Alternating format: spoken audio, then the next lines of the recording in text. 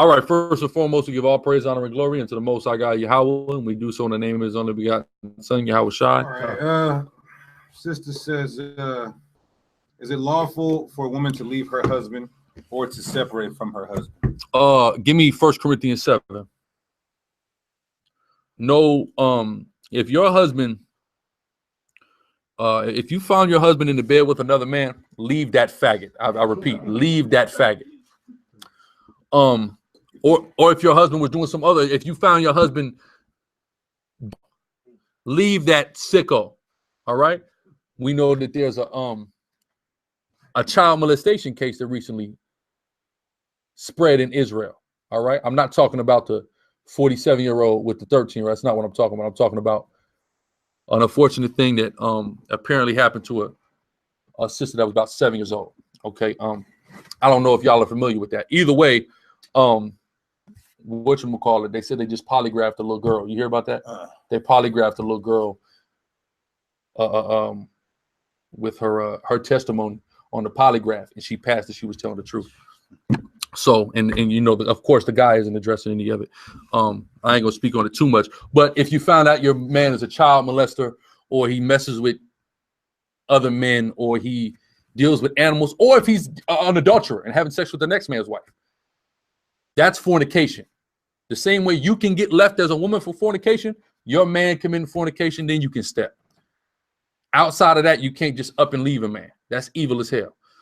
And a man can't just up and leave you. That's evil as hell, right? But I'm going to deal with separation. Go ahead. There's the scripture about separating. I think it's late. Late. It's late, huh? 30 in the 30s.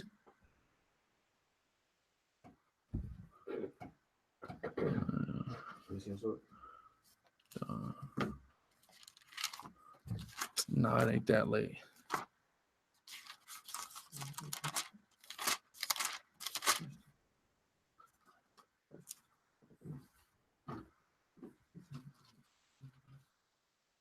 It's right here. Right here. It's 4. Go ahead. Khan. Here's what you have to understand, sister. Go ahead. Book of 1 Corinthians, chapter 7, verse 4. The wife have not power of her own body. You don't have power over your own body. That's the first thing you have to understand. Read. But the husband. But the husband. Right? Go ahead. And likewise. And likewise. See, women read that and say, man, this is wrong, man. This is just chauvinistic. And y'all just hate women. You trying to enslave women, man. But the devil coming at you. Because it says likewise, read on. And likewise, also the husband have not power of his own body. Same way you don't have power over your own body. Your man don't have power over his own body. What does that mean? Who can tell me in short what that's talking about? If your woman wants some, you give her some. If your man wants some, you give him some. That's what it's talking about. You don't have power to just be withholding people. That's just wrong. Unless, of course, you're in a situation where it's unlawful for you. Like your woman can't demand some when she's on her monthly. That's off. You see what I'm saying? Go ahead. But the wife. Or on the Sabbath. Go ahead. So the wife has power over that man's body. To say, I want some right now. All right. If she wanted to. That's her right. Go ahead. That's her. When it says a man shall perform the duty of marriage, that's his damn debt. He owes you sex. Okay? Defraud ye not one the other. Don't defraud that person of that. Okay, go ahead. Except it be with consent. You separate with consent. It's up and elect to separate from that man. You guys have to mutually come to a degree that you will mutually separate. Captain. We're going to keep reading. We're going to read down. Go ahead.